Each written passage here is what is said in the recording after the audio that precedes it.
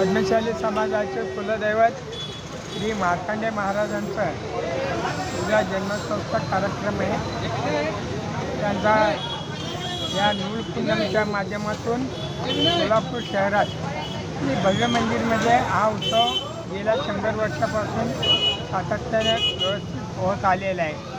100 वर्ष पूर्ण झालं, 101 वर्ष हा उत्सव समारंभ सादर करीत असताना समाजातील सर्व भाविकांच्या उद्याच्या उत्सवासंबंधी आजच सगळीकडे वातावरण होऊन या धार्मिक उत्सवाचं स्वरूप चांगल्या पद्धतीने व्हायला पाहिजे।